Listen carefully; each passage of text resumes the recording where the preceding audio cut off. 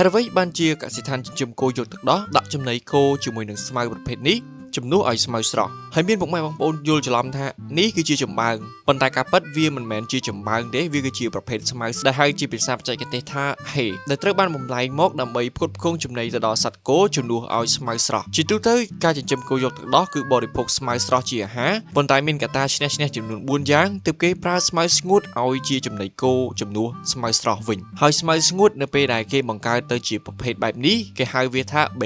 baler បែងចែកចេញជាពីរប្រភេទទៀតបើសិនជាវាមានរូបរាងមូលគេហៅវាថា round baler តែបើសិនជាវាមានរូបរាងជាជ្រុងគេហៅវាថា square baler ហើយទាំងពីរប្រភេទនេះត្រូវបានគេបង្កើតឡើងក្រោមហេតុផលប្រើប្រាស់ផ្សេងៗគ្នាផងដែរហើយកត្តាចំនួន4យ៉ាងដែលគេប្រើស្មៅស្ងួតនោះគឺដោយសារតែកត្តាទី1ស្មៅស្ងួតងាយស្តុកទុកបានយូរជាងស្មៅស្រស់សត្វគោស៊ីស្មៅស្រស់បរិមាណច្រើននិងរយៈពេលរាប់សិបខែតែស្មៅស្រស់បន្ទាប់ពីកាត់រួចមិនអាចទុកបានយូរឡើយដូច្នេះចាំបាច់ត្រូវតែបំលែងស្មៅស្រស់ទៅជាស្មៅស្ងួតដែលត្រូវហាលឲ្យស្ងួតតាមពេលវេលាកំណត់ណាមួយទើបគេប្រើប្រាស់គ្រឿងចក្រដែលមានសមត្ថភាពធ្វើកិច្ចការបែប baler បន្ទាប់ពីហាលស្មៅស្រស់ទៅជាស្មៅស្ងួតរួចរាល់គឺគេប្រើប្រាស់បច្ចេកទេស baler ដែលយើងអាចរក្សាទុកនៅក្នុងឃ្លាំងបានរាប់សិបខែនិងដើម្បីទុកនៅពេលដែលរដូវប្រាំងជួបមកដល់ឬក៏ទឹកជំនន់និងនៅពេលដែលយើងកាត់ស្មៅស្រស់រួចរាល់វាអត់ទាន់លូតលាស់មកវិញភ្លាមតាមចិត្តគោទេដូច្នេះយើងនៅសល់ស្តុកចាស់ដែលជាស្មៅស្ងួតនឹងយើងអាចឲ្យគោទទួលទានកំដរមាត់លេងសិនបានកត្តាទី2ចំណេញកន្លែងដាក់បានច្រើននិងមិនខាតទិន្នផល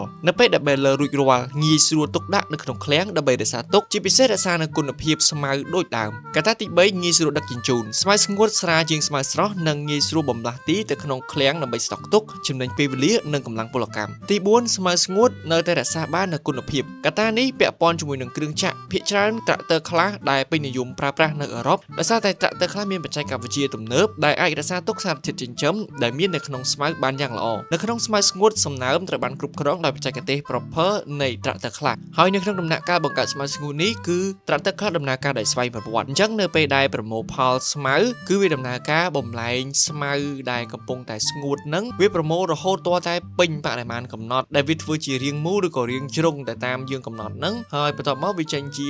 baler ដូច្នេះហើយត្រាក់ទ័រខ្លះគឺជាជម្រើសទី1ដែលកសិដ្ឋានចិញ្ចឹមគោយកទឹកដោះជ្រើសរើសយកមកទទួលបាននៅបច្ចេកវិទ្យារក្សានៅសារធាតុចិញ្ចឹមនៃស្មៅស្ងួតបានល្អនិងស្វ័យប្រវត្តិរហ័សទំនើបដូច្នេះពុកម៉ែបងប្អូនអាចមកសិក្សាបានជាមួយនឹងត្រាក់ទ័រខ្លះជាច្រើនម៉ូដែលតាមតម្រូវការដែលពុកម៉ែបងប្អូនធ្វើកសិកម្មអាចមកស្វែងរកបាននៅក្រុមហ៊ុន Harvest Center Cambodia ហើយកុំបារម្ភបញ្ហាគ្រឿងបន្លាស់ព្រោះក្រុមហ៊ុនកំពុងតែបំបែកទីតាំងជុំវិញទីរួមខេត្តដើម្បីឲ្យកាន់តែទូលំទូលាយងាយស្រួលទិញលក់និងជួសជុលបច្ចុប្បន្នក្រុមហ៊ុននឹងផ្ដល់ជូននៅគ្រឿងថែទាំរយៈពេល1ឆ្នាំពេញជួសជុលដោយឥតគិតថ្លៃ2ឆ្នាំពេញធានាលើគុណភាពម៉ាស៊ីននិងប្រអប់លេខ1ឆ្នាំបន្ថែមទៀតបើពុកម៉ែបងប្អូនមានចម្ងល់អាចសាកសួរព័ត៌មានបន្ថែមឬក៏ប្រឹក្សាយោបល់ពីក្រុមការងារផ្នែកលក់បានពីខ្ញុំ Gravut ក្រុមការងារ Harvest Center Cambodia